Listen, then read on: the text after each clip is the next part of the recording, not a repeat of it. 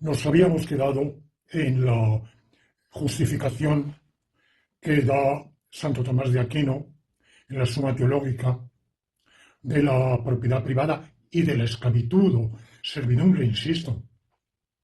En toda la discusión de los escolásticos, siempre ambas instituciones van juntas.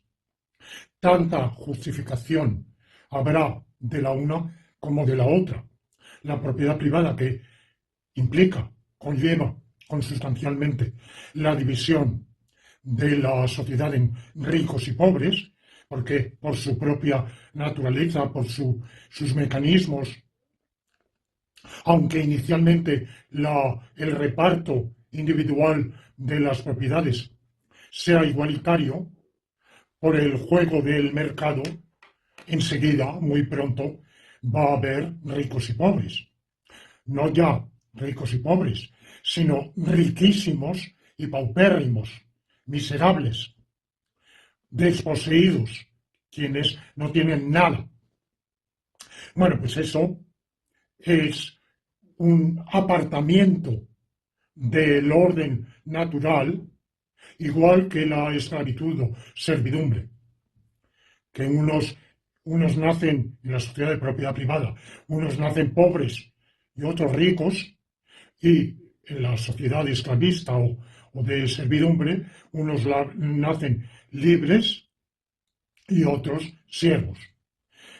Bueno, pues evidentemente Santo Tomás es consciente de que eso es difícil de conciliar con el derecho natural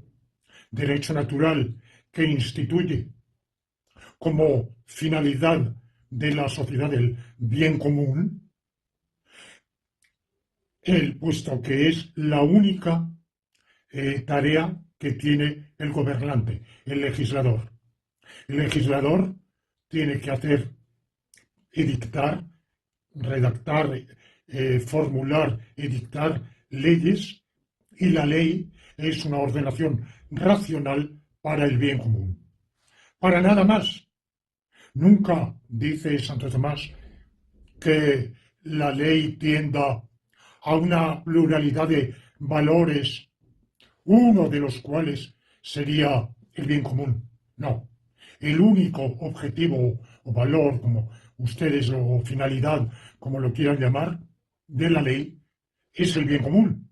Por tanto, la única tarea del legislador es legislar para el bien común.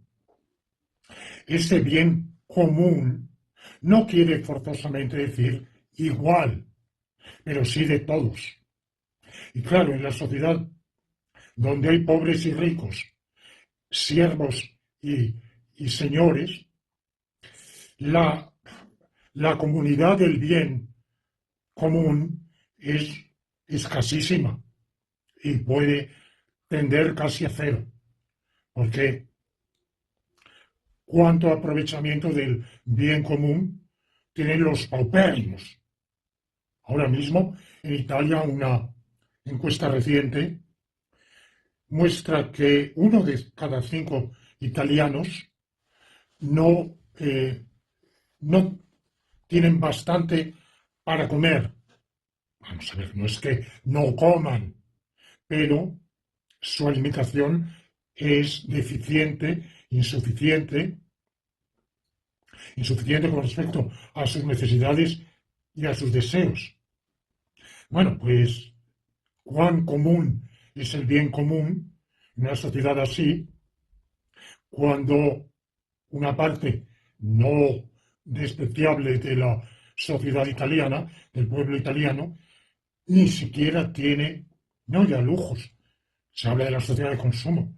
Bueno, no sé qué sueño es ese.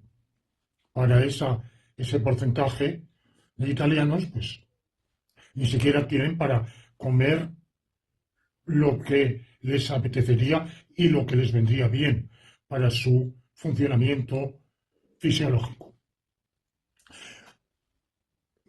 De manera que la comunidad es cuestionable, en todo caso disminuida. Es un bien común no muy común. relativamente no común, relativamente exclusivo de la clase alta. Y por supuesto, donde hay esclavitud, ¿qué participación tiene el esclavo en el bien común de la sociedad esclavista? Bueno, no es que escasísimo, tirando a cero. De manera que Santo Tomás, aun sin ser lo explícito que yo estoy siendo ahora en mi explicación, él evidentemente era un retoño de una familia de la nobleza feudal del sur de Italia.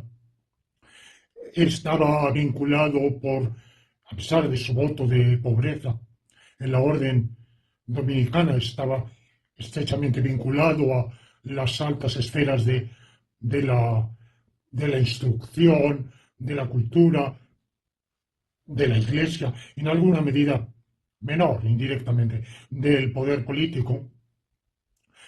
De manera que es difícil que él pudiera reflejar, aparte de que el estilo mismo de su pensamiento, del estilo académico que se imponía en el medio escolástico, requería una gran eh, pulcritud, una, mantenerse en un nivel de abstracción expresiva, evitar las referencias a hechos o cosas demasiado concretos, todo ello queda en un orden conceptual, abstracto, raciocinativo. Y evidentemente, bueno, yo estoy argumentando con referencia a hechos mucho más concretos. Pero dentro de la discreción, del autocontenimiento expresivo, está claro que Santo Tomás se percata de ese problema y trata de aportar una justificación de cómo es posible que el derecho natural no impone de ninguna manera la propiedad privada ni la esclavitud, por supuesto que no.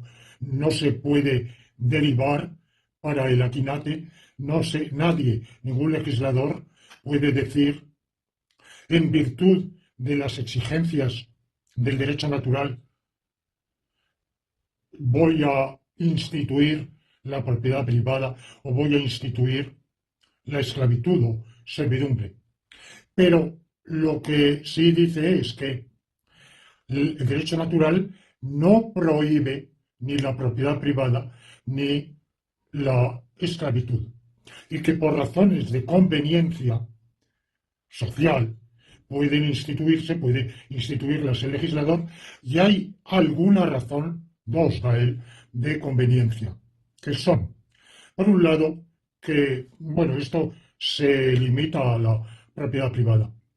Por un lado, que cada uno en lo suyo, por ser el hombre egoísta, cada uno en lo suyo tiene más cuidado, más miramiento, más consideración, mientras que en los bienes comunes tendemos a ser descuidados, indiferentes, que me importistas, podríamos decir, a caer en incuria, en desidia, en negligencia o en abuso. Aquel artículo al que ya me refería de Harding de 1971, The Tragedy of Commons, la tragedia de los comunes, bueno, son bienes de todos y de ninguno, y en los cuales tendemos a abusar. Vamos al parque y no somos tan cuidadosos, tiramos desperdicios, cascadas de plátano o lo que sea. Bueno, no todo el mundo, claro, pero hay que sí. Y basta con que haya un número que sí para que, bueno, el parque fácilmente se convierta en una cochambre. Mientras que en nuestro propio patio o jardín Pues no lo hacemos. Tenemos cuidado de que esté limpio, ordenado, las plantas bien regadas, ni demasiado poco. Bueno, esta es la primera consideración. La segunda consideración es que poner paz. Si está ya deslindada la propiedad, lo mío y lo tuyo, bueno, pues el resultado al cabo de un tiempo, evidentemente, el santo doctor Angélico, se percata de que habrá desigualdad, pero como ya se ha establecido esa regla de lo mío y lo tuyo, bueno, pues voy a respetar los linderos, los mojones que deslindan mi propiedad de la tuya, mi predio del tuyo, y tú vas a respetar el mío.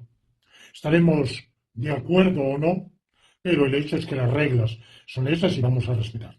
Mientras que si hubiera un régimen de propiedad colectiva, pues evidentemente el uso de ese bien colectivo, que sería de todos, pues habría enfrentamientos. Por ejemplo, en Suiza, concretamente en Ginebra, pero tampoco sé si eso sigue haciéndose así, de los países donde yo he vivido, he visto en los inmuebles, suele haber, en las casas de vecindad, en todas hay algún servicio común. Hay unas casillas de correo que están en un sitio determinado, en algunos inmuebles, por ejemplo, aquel en que vivo yo, hay una habitación, una estancia para colocar bicicletas, hay otro lugar para basuras, bueno, hay varios servicios comunes, varía según los sitios. En Ginebra había la buanderie, digo, porque no sé si eso sigue practicándose, es decir, una lavandería común. Lo mismo, por ejemplo, en algunas residencias académicas, universitarias, cada inquilino se lava su propia ropa tiene un día asignado y puede acudir y usar. Pero ¿qué pasa? Que muchas veces, en Suiza no, porque los suizos, o al menos los ginebrinos, son en general tan disciplinados, tan respetuosos del orden, que no, es rarísimo que se produzcan disputas. Pero llega un español, un inglés, un australiano, tiene asignado el martes. Bueno, sabe que será el martes, se le ha pasado el martes y llega el miércoles y va a la estancia donde está la lavadora, se pone a lavar, llega un vecino, una vecina, y dice, c'est mercredi, es miércoles. Contesta el extranjero, sí, es miércoles. Lo mira con unos ojos muy intensos, una mirada muy fuerte, es una reprobación, una censura ocular, pero bueno, generalmente la cosa no va más, pero puede ir a más. Hay pelea, y en un pastizal común, los pastores que llevan su rebaño, pues pueden fácilmente incurrir en peleas. Bueno, son los dos argumentos y ambos son erróneos. Empiezo por el segundo. El segundo presupone que cuando los bienes no son de propiedad privada, son comunales. Pero los bienes que no son de propiedad privada pueden ser de propiedad común. ¿Qué diferencia hay? El bien comunal es un bien que puede tener dos regímenes jurídicos. Uno es el bien mostrenco, o sea, de nadie. Por ejemplo, el aire. El aire no es de propiedad pública ni de propiedad privada. No tiene propietario. Y podemos respirar lo que queramos. Antiguamente el agua de los ríos se consideraba un bien mostrenco, o sea, sin propietario. Quien quisiera podía tender una manguera de riego, o hacer una canalización de riego como le diera la gana para sus propias fincas. Eso del agua ha dejado de existir. Hoy, por ejemplo, según la ley de aguas en España, las aguas son de propiedad pública.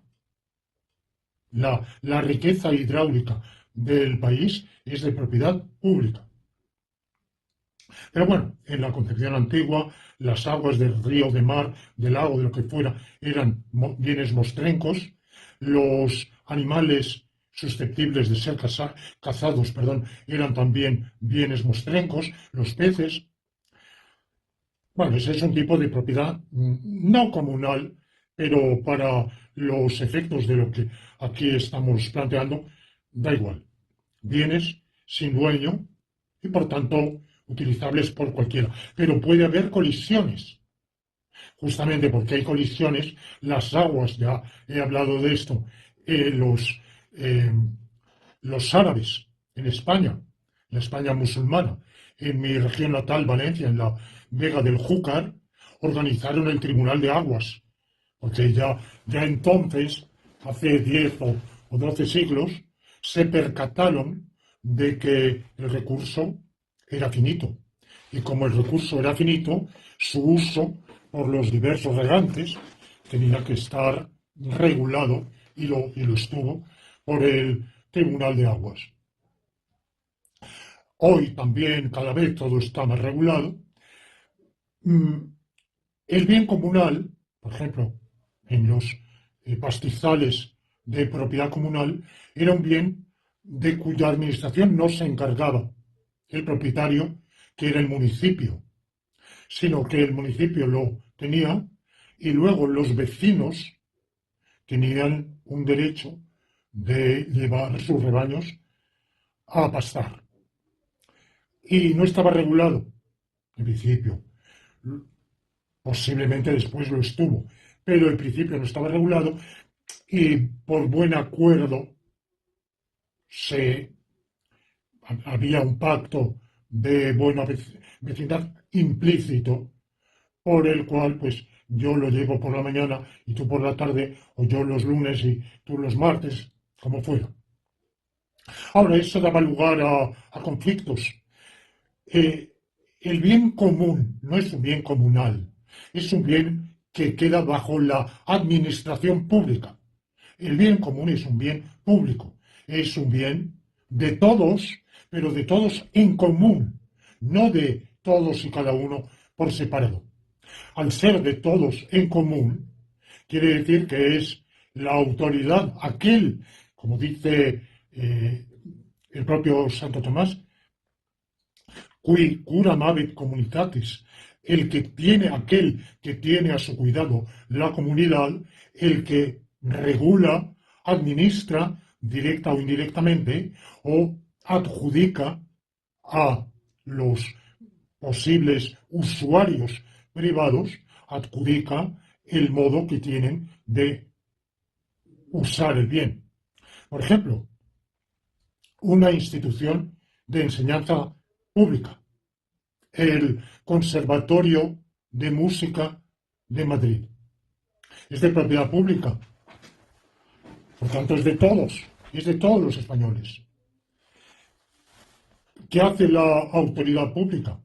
Bueno, primero designa a un director y ese director, la institución está abierta al público. Ofrece un número de plazas y cualquiera puede optar a esas plazas y ir a aprender música, que es una gran cosa que yo no he hecho nunca. He lamentado esa, con tantas carencias, no puede uno hacerlo toda la vida, pero hubiera sido precioso aprender música. Bueno, el observatorio es de todos, pero no puede ir uno a hacer lo que le dé la gana. Puede matricularse, acudir a clase, pasar los exámenes, ir subiendo los cursos, ir aprovechando la enseñanza. Pero no se puede ir a hacer una manifestación pública, por legítima que sea, o un despliegue. He sacado un libro y quiero, que no tiene nada que ver con la música, quiero exponerlo y voy y monto allí en medio del pasillo un puesto para vender mi libro. No, no tengo ese derecho, no lo tengo, ni millones de otras cosas que nos podemos imaginar. Eso está regulado y si lo hago me llamarán la atención, me echarán y si persisto, pues llamarán a la policía y evidentemente correré el riesgo de una multa, eh, a lo mejor de cierta cuantía, por perturbar el orden y el buen funcionamiento de un establecimiento público. De manera que el segundo argumento falla porque,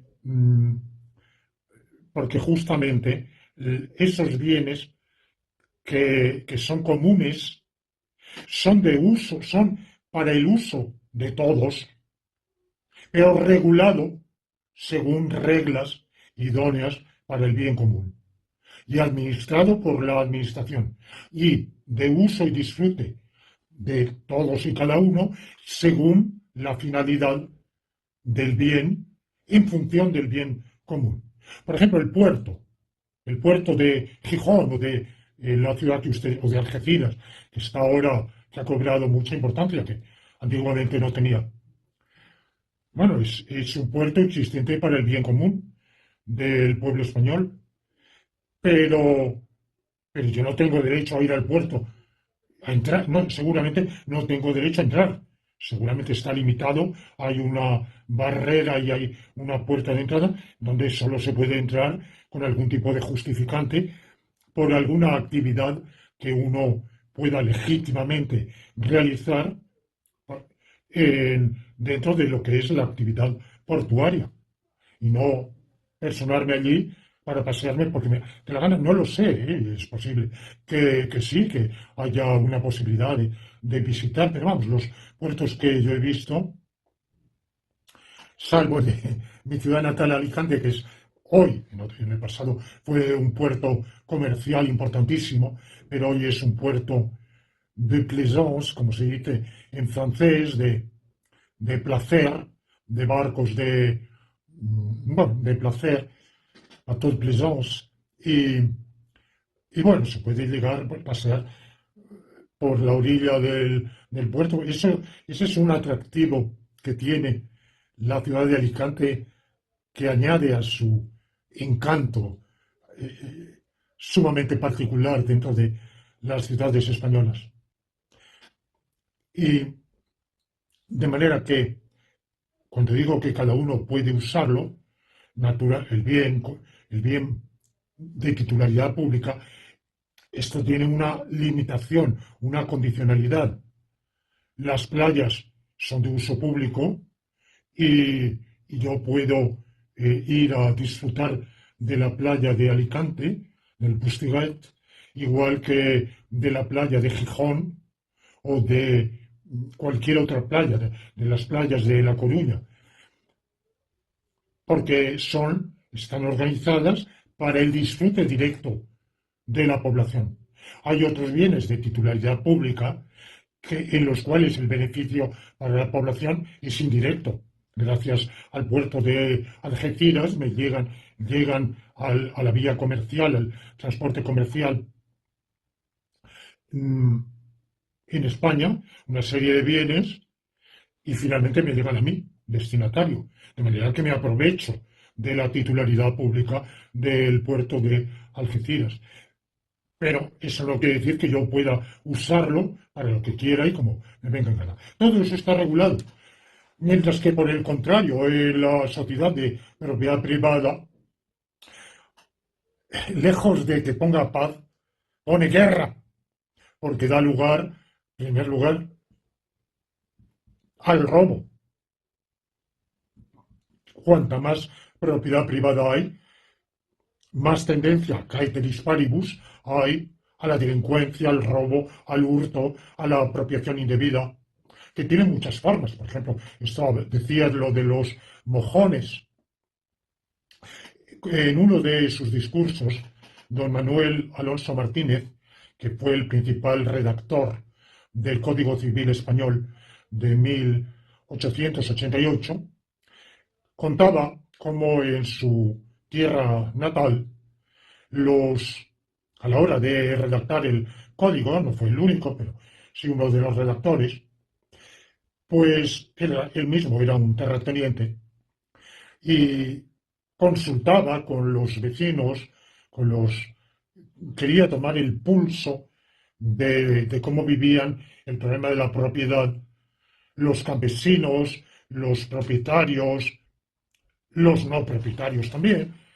Bueno, era un periodo de cierta campechanía en el cual el señorito pues tenía un trato con los lugareños y le decían que, bueno, él hablaba de cómo se estaba redactando una gran ley que afectaría a la propiedad y, por tanto, la mayoría es de un territorio en el norte de España donde la mayoría de los habitantes eran pequeños propietarios, a diferencia del sur, donde la mayoría eran proletarios, jornaleros, obreros agrícolas, braceros.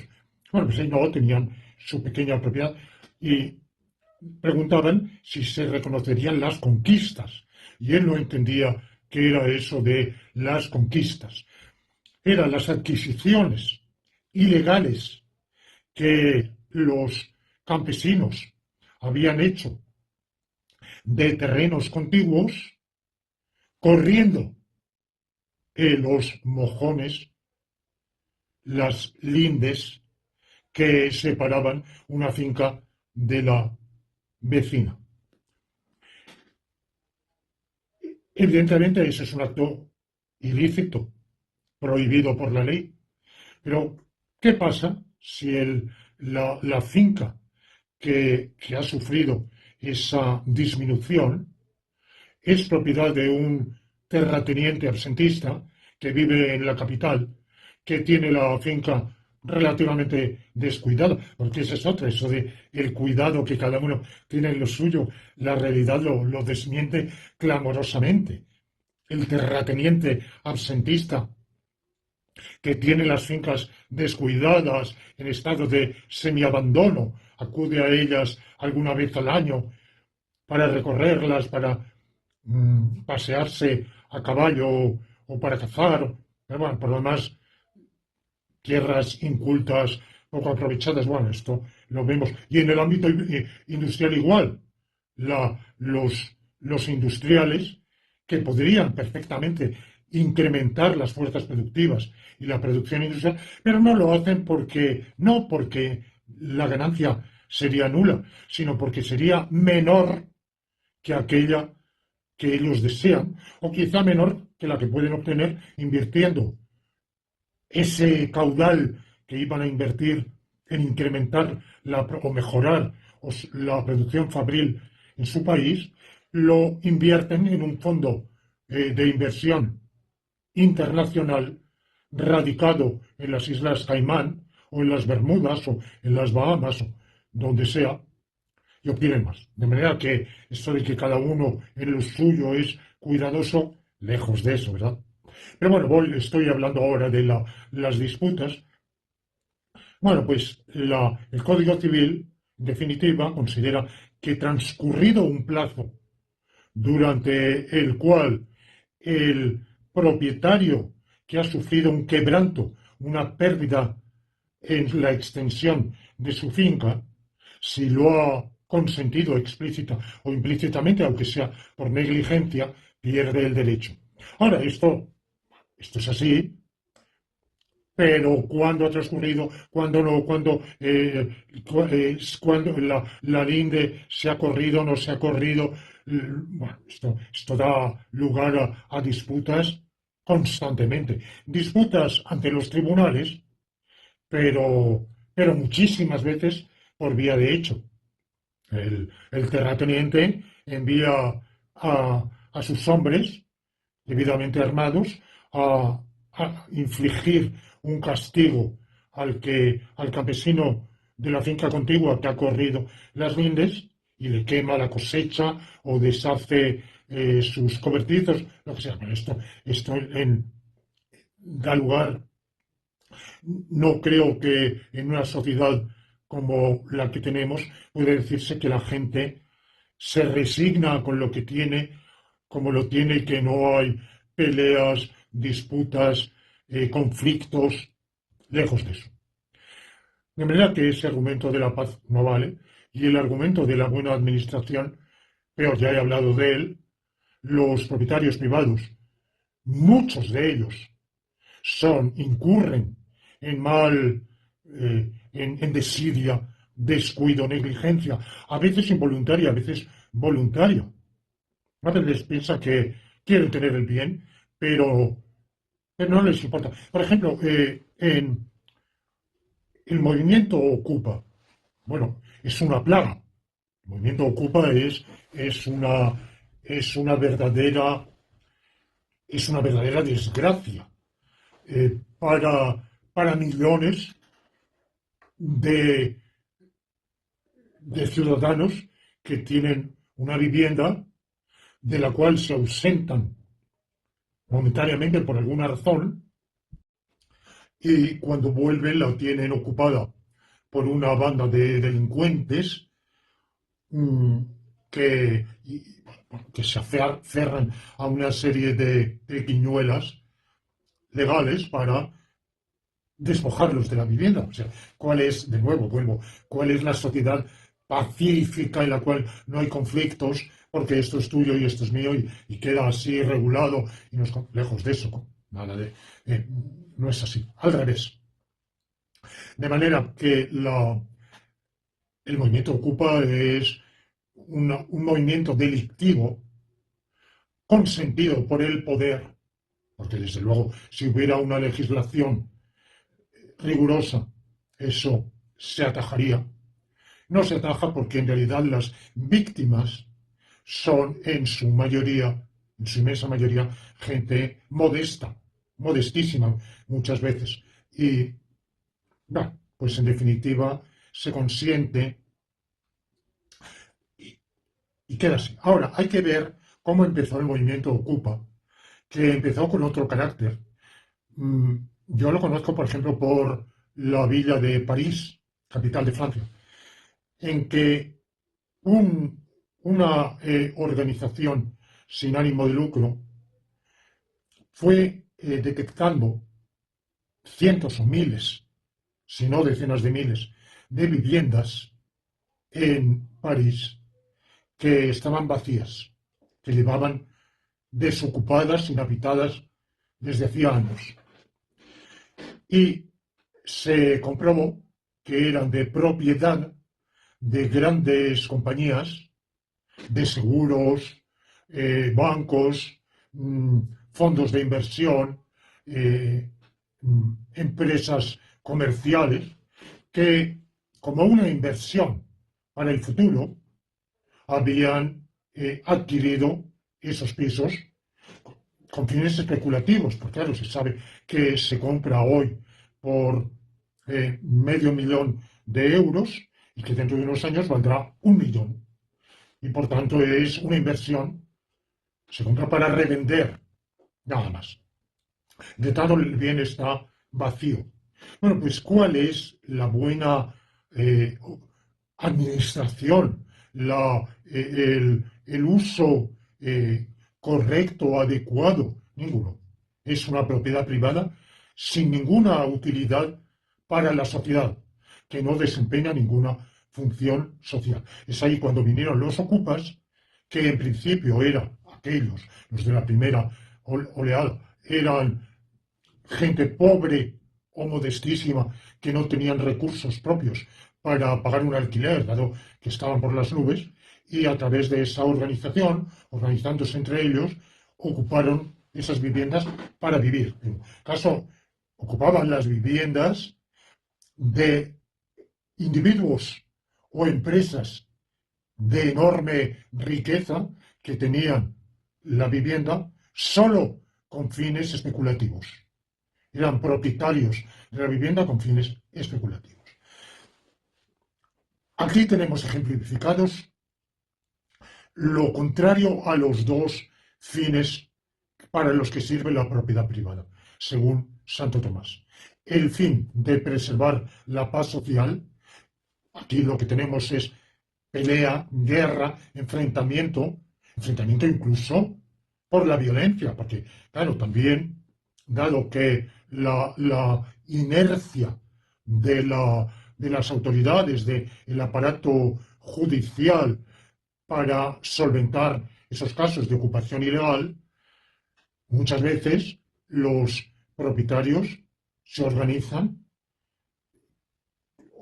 bandas y van a eh, contrarrestar coercitivamente por el empleo de la fuerza a los ocupantes o a aquellas organizaciones que hayan facilitado esa ocupación.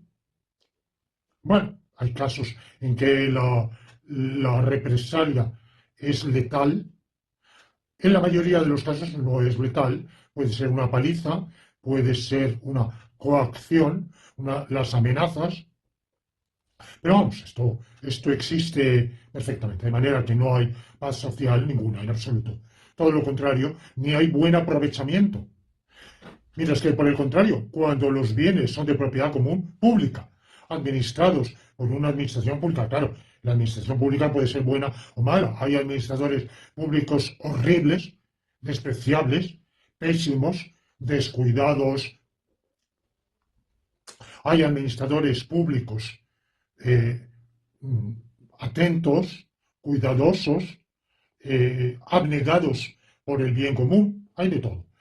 Pero bueno, idealmente esperamos que sean buenos administradores. Les trae cuenta ser buenos administradores, porque en cierto sentido, esos bienes comunes, puesto que ellos están al frente de la administración común de los bienes, hay un beneficio propio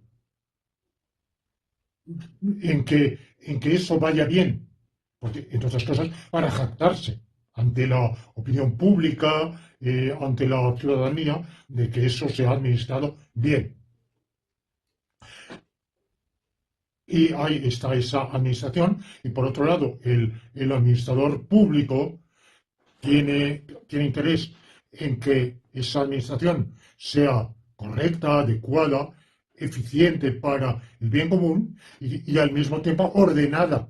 Es decir, que en la medida en que los particulares tengan acceso, lo tengan de modo regulado, de conformidad con la finalidad de cada establecimiento y, por tanto, que no se caiga en negligencia, incuria, descuido, abandono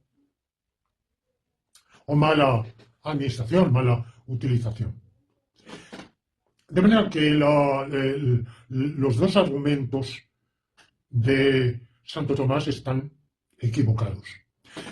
Santo Tomás va a morir en 1274 o 75 y en realidad va a ser el momento en que, por un lado, la autoridad que hoy vemos su figura, su doctrina, como la oficial de la Iglesia Católica, y de algún modo lo es, pero muy recientemente, fue a finales del siglo XIX, cuando el Papa León XIII oficializó en cierto sentido la doctrina de Santo Tomás de Aquino, no preceptuando que se estuviera de acuerdo con ella, y menos en todo, pero sí preceptuando que se la considerase con respeto y que fuera enseñada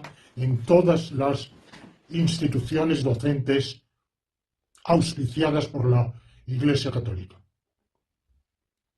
de cualquier nivel,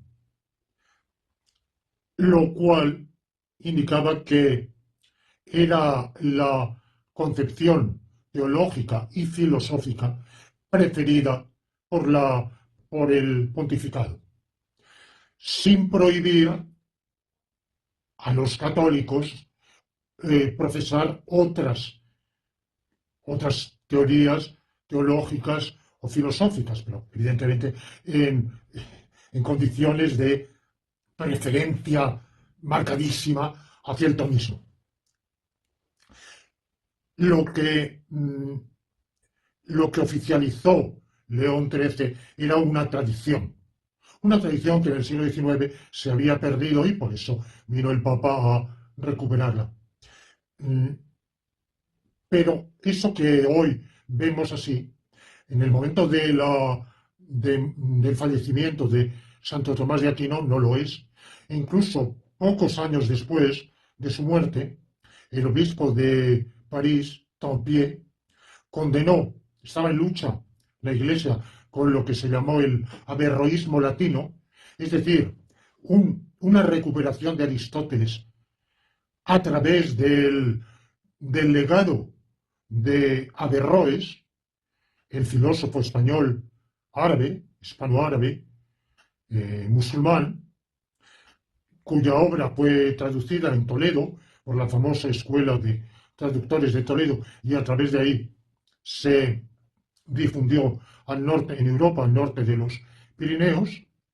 Santo Tomás, por la traducción de Guillermo de Moerbeke, que fue la que leyó y estudió Santo Tomás, de ahí sus comentarios a los libros de Aristóteles, pero Santo Tomás recibió ese legado, profesó el aristotelismo, pero lo profesó con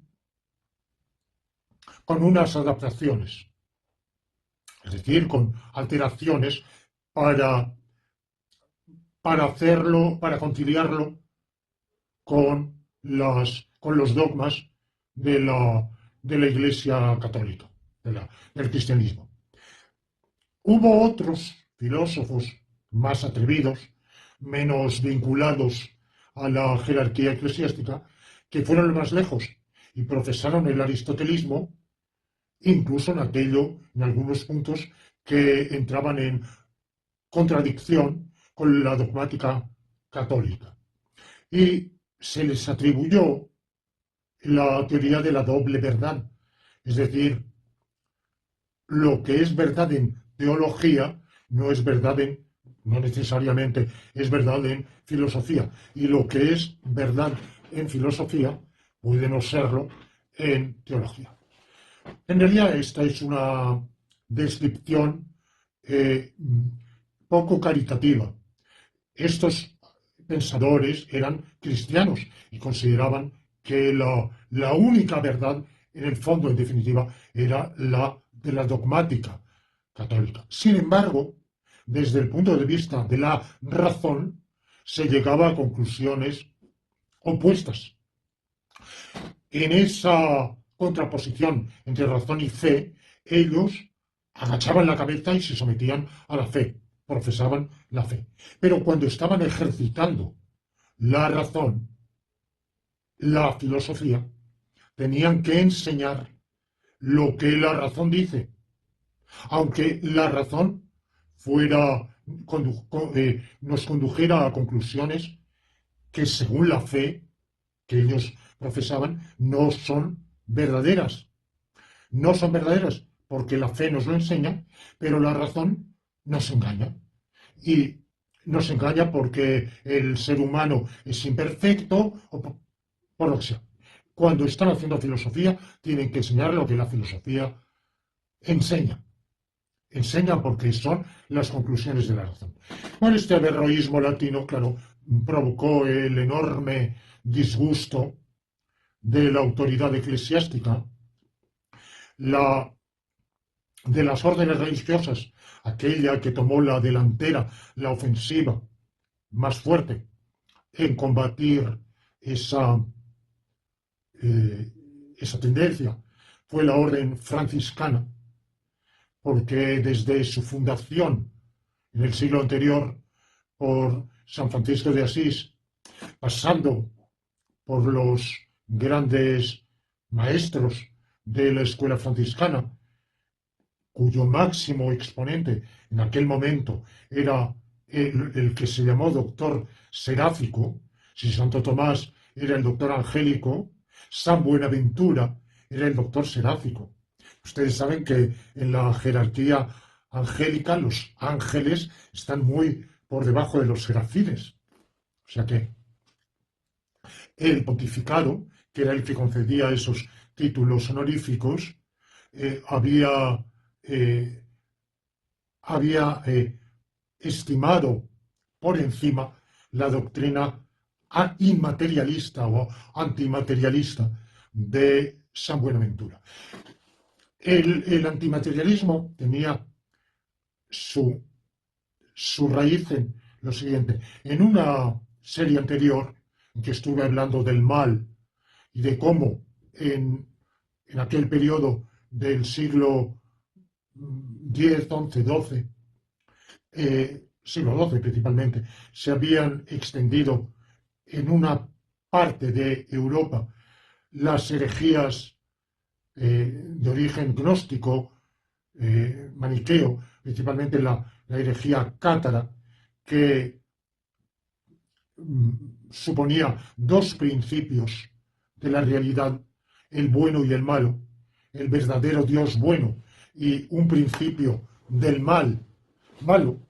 Y esa tendencia, los cátaros o albigenses, recogiendo una tradición que venía del maniqueísmo, del gnosticismo, pensaban que el mal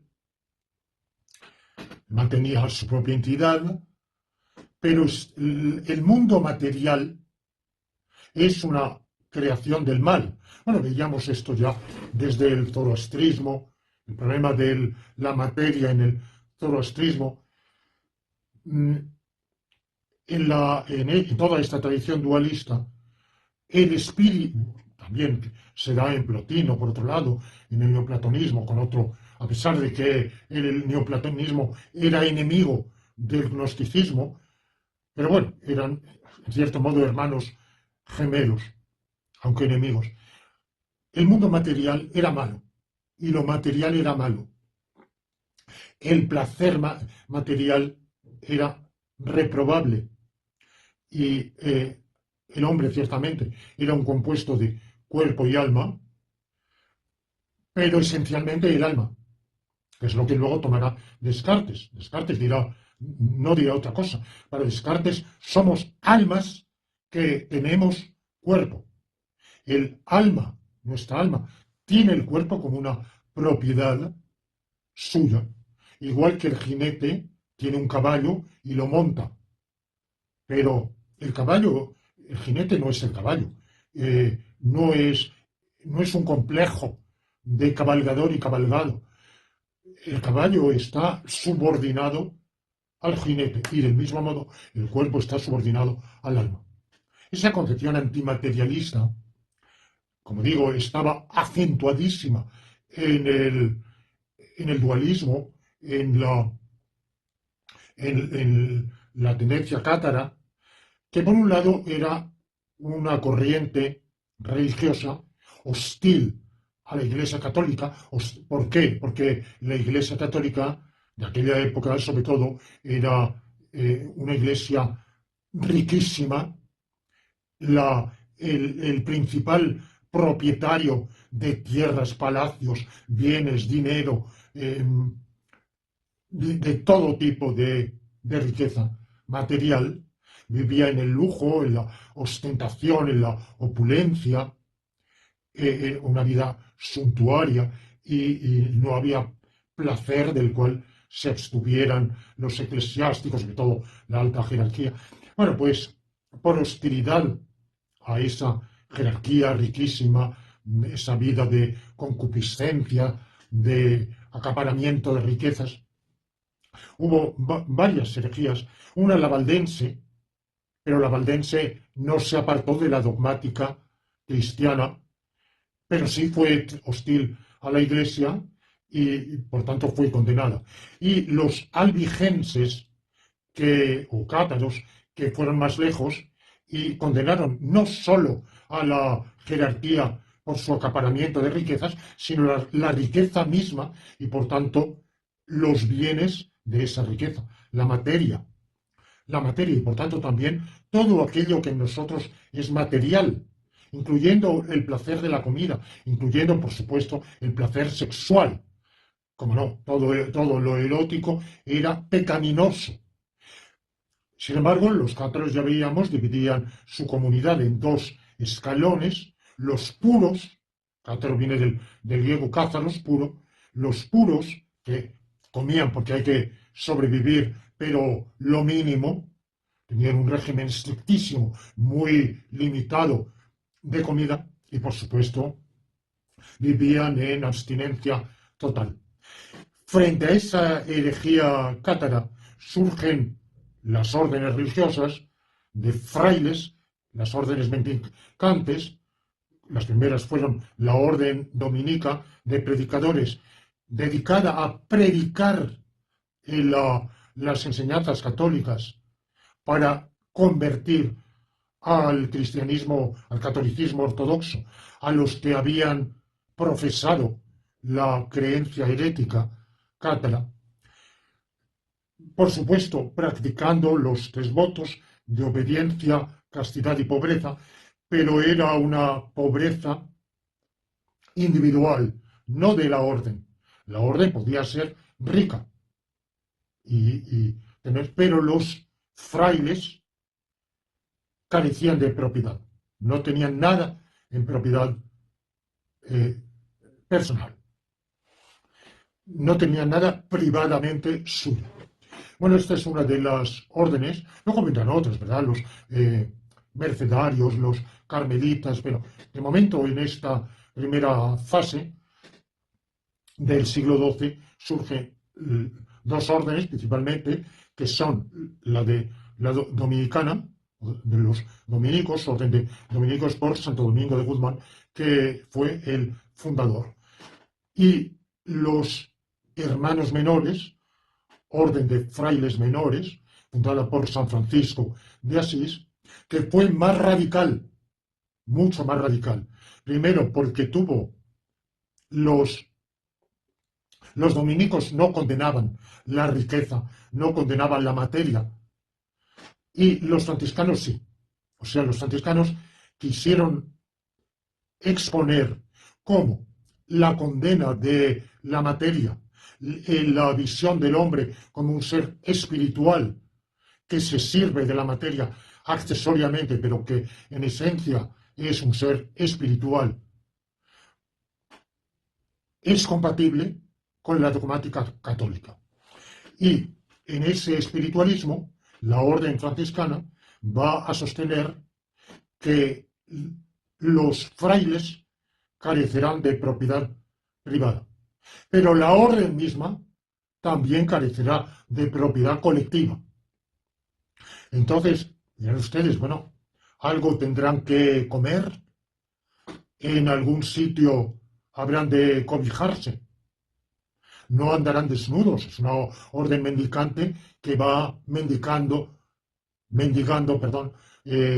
pidiendo, igual que se parece a la sangha del budismo, que también es una orden mendicante que va pidiendo limosna, vive de limosna. Bueno, pues las órdenes mendicantes entonces ya vivían de limosna. Hoy yo no he visto recorrer la ciudad por frailes que vayan pidiendo limosna, nunca lo he visto, pero vamos, las órdenes en la vida medieval, pues sí, efectivamente, y medieval y mucho después. Efectivamente, no van a ir desnudos, por tanto van a tener. ¿Cómo es posible usar comida para no morir? ¿Cómo es posible llevar un hábito? Porque además no solo llevan un atuendo, llevan un determinado atuendo, que es el hábito, un hábito hecho de una tela basta, cruda, áspera, con el cordón de San Francisco, que va a caracterizar a la orden franciscana y luego a sus múltiples bifurcaciones, de las cuales hablaré en el próximo episodio. Pues la,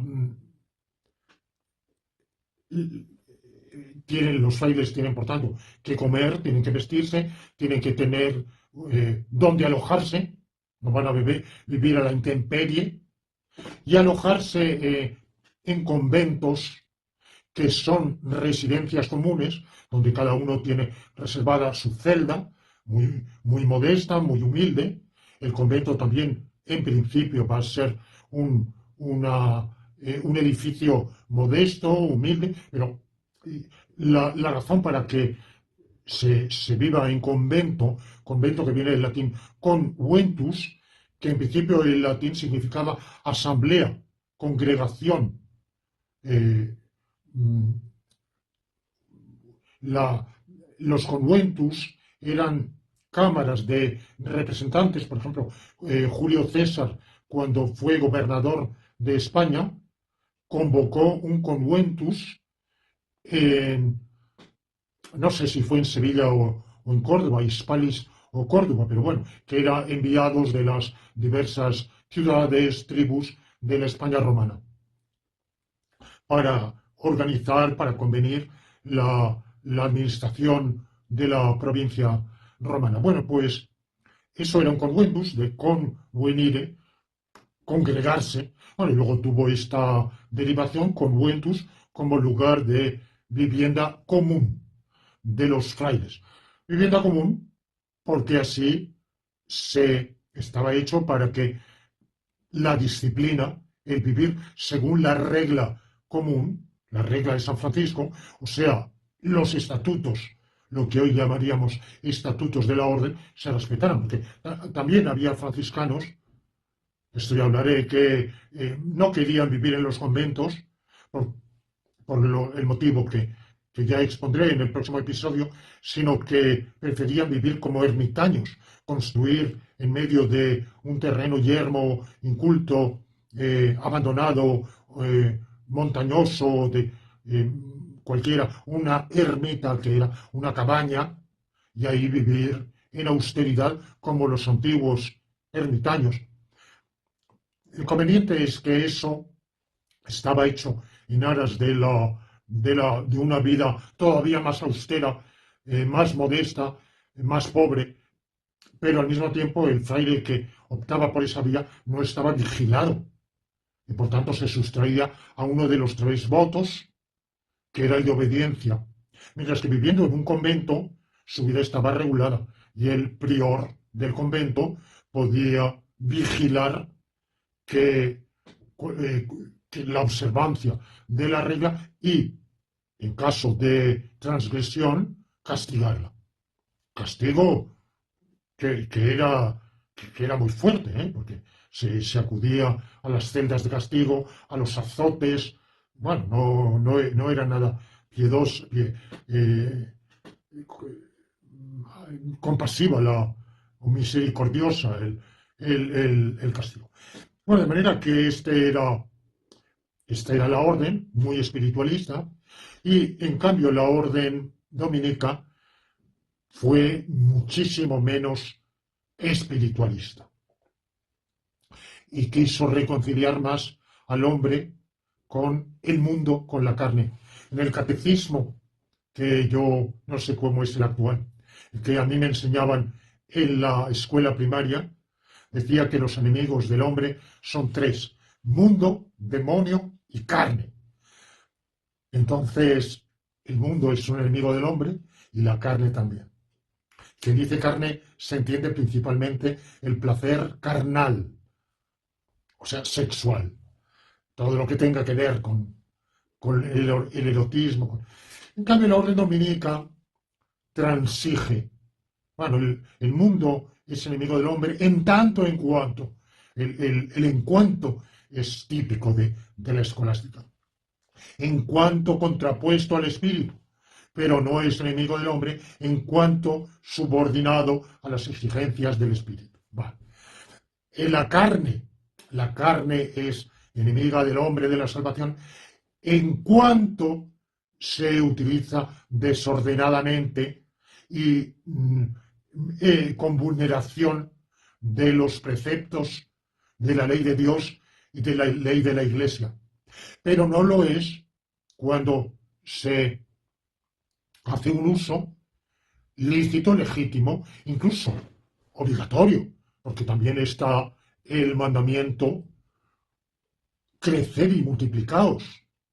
Por tanto, para crecer, para que crezcamos y nos multipliquemos, tenemos que pasar por la relación carnal, disfrutando de ella. Bueno, se puede hacer sin disfrutar, pero en la concepción antigua era imposible la procreación sin fruición. Bueno, Santo Tomás tiene una visión del hombre como un compuesto, siguiendo la doctrina aristotélica, un compuesto de alma y cuerpo, ciertamente un compuesto asimétrico, el alma es más importante, pero el cuerpo es una parte esencial, no es un instrumento del alma, sino que, aunque esté por debajo en dignidad del alma, pero el hombre es un compuesto de ambos. Y por eso la vida perdurable no será una vida del alma, será una vida del cuerpo resucitado. Ciertamente el cuerpo resucitado se diferirá del cuerpo que tenemos ahora, pero no dejará de ser el mismo cuerpo, transfigurado, exaltado, sublimado, como lo queramos llamar. Esto hace que en la orden franciscana, por su espiritualismo, su inmaterialismo, hay una marcada hostilidad hacia la materia y por tanto hacia la riqueza. Y en la orden dominicana no. Los frailes han de ser pobres, pero la riqueza de suyo no es condenable y por tanto que la iglesia sea rica no es condenable, que los laicos sean ricos o seglares sean ricos no es condenable y que la propia orden sea rica no es condenable. La orden franciscana va a pensar que la riqueza es condenable, es inseparable la materia y por tanto la riqueza del pecado y esto va a plantear un problema de cómo se va a justificar que la continuación de la vida, el uso de bienes materiales, cómo se va a compaginar esa tendencia inicial de la orden franciscana, pues con la riqueza, vamos a suponer que lo logren, que la orden misma sea pobre, no tenga nada. Yo digo que va a tener que compaginarse con el uso de bienes materiales, vamos a ver cómo. Y con la riqueza de la iglesia, porque ¿cómo lo van a hacer? Van a decir, la orden no tiene nada, quien tiene bienes es la iglesia, y la iglesia nos irá dando limosna según nuestras necesidades, para que tengamos dónde guarecernos, qué comer, qué hábitos llevar, qué libros de misa o de devoción podamos tener, etc. Bueno, pues eso será por limosna. Bueno, pero esa limosna tendrá que darla la autoridad eclesiástica, por tanto, la iglesia no podrá tener esa pobreza. Bueno, eso plantea problemas. Lo que yo quiero señalar, y con esto termino, es que desde la muerte de Santo Tomás en 1274 o 75 hasta el año 1316, en que será elegido Papa, ya hablaré de eso, Juan XXII, o sea, Jaime Duez, cadurciano, o sea, natural de la villa de Cahors, en el sur de Francia. Hay un periodo intermedio de un cuarto de siglo largo en que la pelota está en el tejado. Hay una controversia entre dominicos y franciscanos que luego se generaliza para luchar contra el averroísmo latino. La autoridad eclesiástica condena una serie de proposiciones, algunas de las cuales están contenidas en los libros de Santo Tomás, La doctrina de Santo Tomás, por tanto, no está condenada. Él nunca fue condenado, pero sí está vista con reparo, con recelo por una parte de la jerarquía eclesiástica. Hay alguna de sus tesis que ha sido condenada por el obispo de París. Lo que diga el obispo de París no es vinculante en Roma, ni es vinculante en Barcelona. No vincula más que la propia diócesis. Pero bueno, no deja de ser un punto de vista doctrinal que en otras diócesis ha de considerarse con respeto como, mm, como un punto de vista al cual puede objetarse, pero con consideración. Bueno, de manera que en ese periodo toda la doctrina de Santo Tomás está propuesta, por supuesto, está defendida a capa y espada por sus hermanos de religión, los dominicos, pero bueno, está lejos de encontrar una aceptación unánime en la Iglesia Católica. Será bajo el pontificado de Juan XXII, cuando Santo Tomás pasará de ser un autor, Tomás de Aquino, Fray Tomás de Aquino, dejará de ser un autor considerado con recelo a ser santificado. Y se proclamará un santo, santo de la Iglesia Católica. Al mismo tiempo que la orden franciscana se enfrentará a una serie de represalias y turbulencias muy grandes que evocaré en el próximo domingo.